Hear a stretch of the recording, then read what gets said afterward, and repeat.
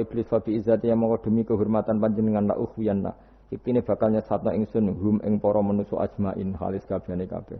Jadi iblis wis bersumpah akan menyesatkan semua manusia. Iki rasa kuwatir, iblis iku yo dhaif, iblis ya lemah. Nyatane yo kowe tetep ngaji jalalan. Berarti ora sukses menyesatkan. Kodang di kowe iblis. Yo kodang sampean dikon ra ngaji tetep ngaji. Dikon paham tetep ra paham berarti. Berarti iblis itu enggak keren loh. Betul, saya setiap melihat orang sholat itu menyaksikan kekalahan apa? Iblis.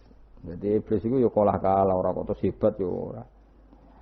Biasa mawon, ora usah sing hebat ya namung pangeran. Illa ibadaka kecuali kaulane panjenengan sing sange ibad al-mukhlasina sing ikhlas kabeh. Jadi dari awal iblis wis menyerah ngadepi orang sing ikhlas. Ikhlas itu dimulai dari awal. Cara bahasa Inggris pokoknya hilir sampai hulu sampai hilir kudu ikhlas kabeh. Misalnya kita duit, yakin nek iku wae Allah. Sehingga kita ketika ngasihkan orang itu kamu enggak merasa itu milik kamu. Sehingga enggak gampang ngundat. Selagi itu kamu benar keduanya awalnya salah itu masih mungkin tidak ikhlas. Uang ini milik saya, tak kasihkan kamu dengan ikhlas. Kalimat milik saya ini menjadikan suatu saat kamu jadi undat-undat karena milik saya. Tapi kalau ikhlasnya dari depan, uang ini milik Allah, ilmunya bahak milik Allah. Terus tak kasihkan kamu juga hambanya. Dari awal kan merasa saya tidak punya apa-apa. Tapi selagi saya ikhlasnya hanya separuh, ilmu saya tak kasihkan kamu karena Allah, berarti masih potensi enggak ikhlas. Ya, jadi kalau ngelatih ikhlas itu harus dua-duanya. Kamu punya uang milik Allah, punya ilmu milik Allah, punya jabatan milik Allah, kemudian kamu kasihkan sesuai perintah Allah. Itu lebih mudah ikhlas karena la haula wala quwata illa billah. Selagi masih separuh saja salah, itu potensi berikutnya juga ikut salah. Misalnya aku ngurmat yatim kok ikhlas, duitku tak kena. Kata duitku itu menjadikan suatu saat. Dulu tak rumat, saiki jebule lali aku. Tapi kalau alhamdulillah saya pernah digerakkan Allah ngurmat yatim dengan milik Allah juga. Sehingga kita sekedar pernah melakukan ketaatan ini senang. Enggak penting berikutnya anak yatim ini nanti peduli kita apa enggak penting. Itu ikhlas ya. Ikhlas itu sesuatu yang semuanya lillahi ta'ala ya. Dan inna sholati wa nusuki wa mahyaya wa mamati lillahi rabbil alamin. Itu iblis menyerah. Kecuali hamba jenengan sing ikhlas. Qala fal haqqu wal haqqu aqul. Binasfi fal haqqu mongko te barang kebenaran wal haqqu aqul. Binasfihima kelawan nasabnya fal haqqu wal haqqu wa rafil awal wa nasbisani. Fanasbu bil fi'li ba'da wa nasbu awal kila bil fi'lil mazkur wa kila alal masdar ya haq uhiqqu al haqq wa kila ala nasi harfil qasam wa rafu ala mubtada'un mahdhuful khabar fal haqqu minni wa kila fal haqqu qasami wa jawabul qasam la amna iktine bakal ngebae ingsun jahanam ing neraka jahanam nika sange sira bi zurriyatika tikse kelandur ya panjenengan manan sange wong tabi kang anut sapa man ka ing sira minum sange para manusa ajmaina halis kabehane kabeh. Niku mun bakasan-bakasane nakumis pokoke sampean maca kena kira kita napa qala fal haqqu wal haqqu napa aku mun liyane niku kira ae macam-macam wonten sing napa nasab rofa ana sing nasab pokoke niku kados khilaf-khilaf niku la amna yaktine bakal ngebae ingsun jahanam nama ing neraka jahanam nika sing sira bizuriyatika kelaman anak turun sira wa mimanan sange wong tabi kang anut sapa man ka ing sira minum sange anas ajmaina halis kabehane kabeh.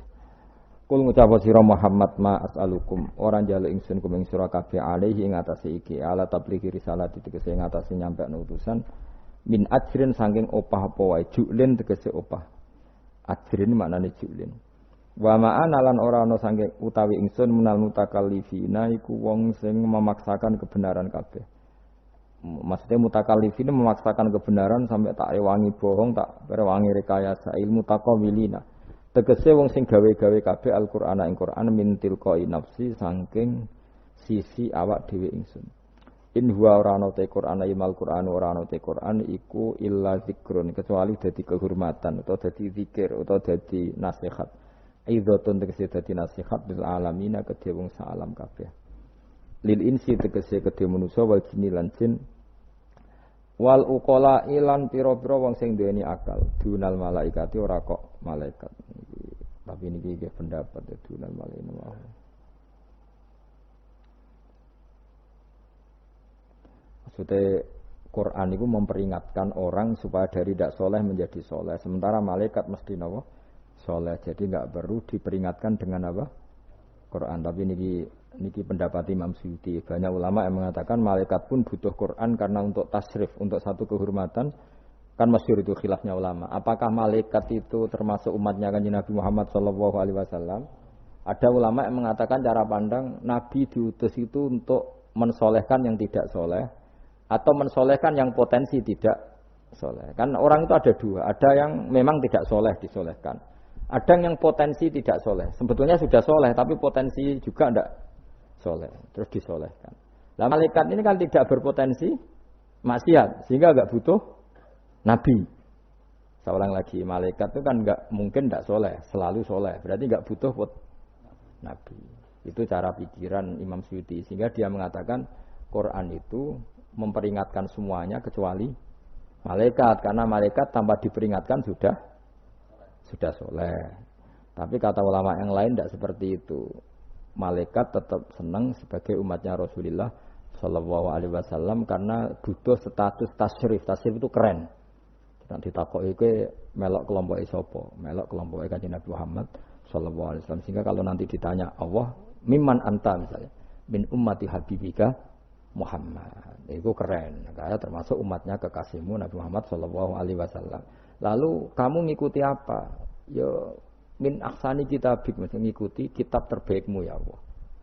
Sehingga mereka ikut umatnya Nabi bukan karena disolehkan, tapi karena tasrif, satu kehormatan. Itu yang diikuti ulama tradisi kita ahli sunnah, ngikuti yang pendapat itu, ngikuti bahwa malaikat pun suka dikategorikan umatnya Kanjeng Nabi Muhammad Shallallahu Alaihi Wasallam karena nambahi tasrif, nambahi apa? Tasrif. Masyhur itu Imam Suyuti dalam hal ini kita ngikuti ulama mayoritas, bukan ngikuti yang ini. Masyhur kan Jibril ditanya, kan itu ketika Jibril ketemu Nabi Muhammad ditanya, untungnya apa kamu jadi safir? Safir itu kira-kira terjemahan bebasnya panitia saya. Jibril itu kan ya jauh dari langit turun bumi, dari langit itu kan jauh. Terus kamu untungnya apa? Karena Jibril itu tahu betul peristiwa yang pernah dilakukan Allah. Yaitu kayak apa malaikat yang di langit bisa diusir karena kesalahan tertentu. Malaikat yang sok suci kayak siapa itu Harut Marut juga dihinakan seperti itu. Dan Jibril tahu betul Allah itu yaf'alu ma yasha. Jadi yang sekarang malaikat bisa saja jadi pokoknya tahu betul Allah bisa melakukan apa saja. Karena Jibril tahu betul Allah karena dia ketua malaikat. Kan kita tahu misalnya ada sejarah siapa? Harut Marut dari malaikat menjadi hina seperti itu. Jibril akhirnya tanya. Ya sudah, Jibril punya terus ditanya Nabi, kamu untungnya apa setelah jadi safir saya, jadi panitia yang ngurusi wahyu. Terus kata malaikat Jibril, saya tidak pernah merasa aman.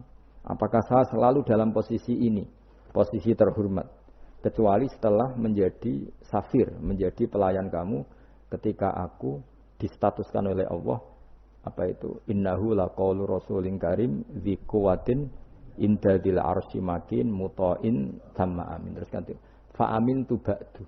Baru setelah itu saya merasa aman, bahwa posisi saya aman karena Quran itu abadi ila yaumil qiyamah ila mala mi'adalah, semuanya Quran itu abadi dan di Quran itu saya distatuskan muta'in sama amin. Berarti saya merasa aman tidak akan dirubah kestatusan saya malaikat semenjak saya jadi safirmu. Intinya Jibril juga mendapat kehormatan karena ngitmai Quran. Paham ya? Makanya kita di sini mengatakan ini pendapat Imam Suyuti, tapi hampir semua ulama berpendapat apa? Malaikat pun ikut mendapat berkahnya Kanjeng Nabi Muhammad Shallallahu Alaihi Wasallam. Jenenge apa? Berkah tasrif, apa berkah apa? Tasrif. Jadi punya status kehormatan. Nah, yang dikatakan Imam Suyuti itu murni logika. Murni logika tadi, yang namanya Quran itu memberi peringatan supaya enggak soleh menjadi soleh. Dan malaikat tidak butuh itu karena sudah selalu soleh. Ya, jadi itu logika saja. Tapi kita berkeyakinan malaikat pun butuh, tapi untuk kehormatan. Jadi Subhanallahi wa bihamdihi 'adada khalqihi wa ridha nafsihi wa zinata 'arsyihi wa midada kalimatih. Subhanallahi wa bihamdihi adada khalqihi wa ridha nafsihi wa zinata arsyihi midada kalimatihi. Subhanallahi wa bihamdihi adada khalqihi wa ridha nafsihi wa zinata arsyihi midada kalimatihi.